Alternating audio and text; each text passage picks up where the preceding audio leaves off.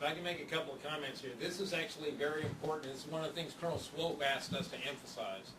Our processes this year are going to change in the sense that as we do the one-to-N list in MILCON and one-to-N list in SRM projects from the garrisons, you will have seen and talked to the commanders on the ground. You will understand where the needs are, and you'll probably have a better sensing of the true need for the building because you'll be on all the former FORSCOM or all the former PRADOC, and you'll be able to say that this project at Rome is more or less important than this project at Stewart relative to everything else. All right, if you go to the next slide, and this is really looking at the funding touch points. And this slide shows the additional funding opportunities that are available for garrisons to consider. The first four are energy related. First one, historically, Department of Army has made some funding available for in-depth QUTM. These are typically low-cost projects with high savings to investment ratios. The key is that these projects must be in PPS and ready to launch within a short suspense window.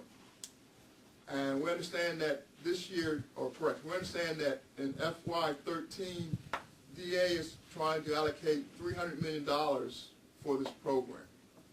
And we want to position the Atlantic region to get about 2/3 of all of this available funding.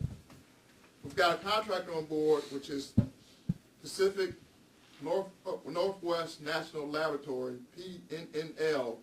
We got them on board to assist us with preparing these projects, so we'll be ready once the money becomes available.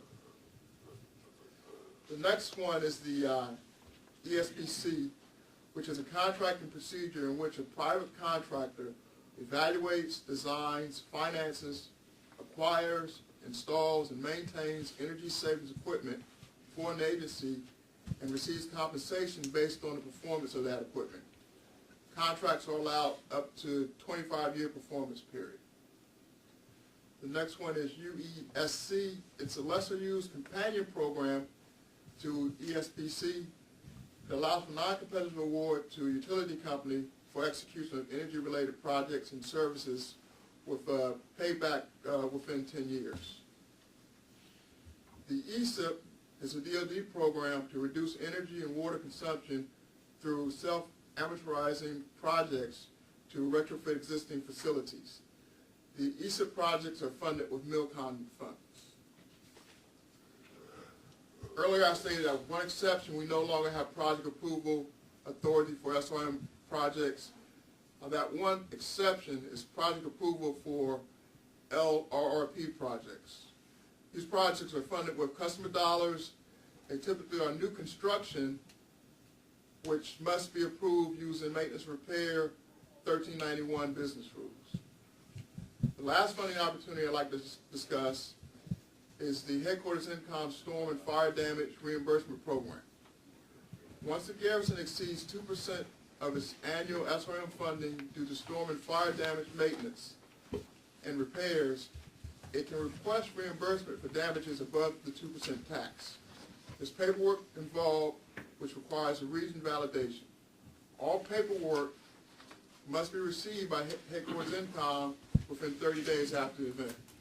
So again, when it comes to SRM project execution, the Region Operation and Maintenance Branch is designed to assist the DPW with obtaining project execution authority and funding. Couple of comments, first of all, in terms of the way ahead in the two areas that we talked about here. It's going to touch on the others, but the direction of the future. We've talked about databases. We've talked about project approvals and project funding as it relates to use of PPS and the headquarters touching and funding stuff. We haven't talked a lot about what the Director of Public Works at the garrison does specifically. Not trying to focus on that level. Want to keep it at a higher programmatic level because that's what we do at the region. We deal with programs. The Army and IMCOM in the future are trying to change what we fund in order to deal with reduced resources in the future. They're asking, and I'm going to steal some of Gene's thunder, that DOD allow us to take some of our MILCON funding and put it into sustainment. They're thinking we don't need to build a lot of new buildings anymore. We should just sustain the ones we got. So they're trying to supplement restoration and modernization. One of the things that George touched on, but not in great detail, is we have a model for sustainment. We have no model for restoration. We have no model for modernization, so that we don't get requirements there. The Army has used that 15% withhold to try to address those two needs, in addition to MILCON. That's it. Now, in the future, they're saying, can I use some of that MILCON stuff, because I know MILCON in the future is going to be slim, but can I use some of that for restoration, modernization, and sustainment? So they're trying to shift the use of the funds that we get as an Army. They're trying to reduce the expansion of footprint using sustainment dollars. And they're going to use the databases against the garrisons. If they have excesses on the garrisons, they're not going to fund them for it, and they're not going to approve additional projects to expand footprint where they've got excesses. That's going to be in the next iteration, but it's going to be linked to what George introduced and what Greg talked about in terms of project approvals.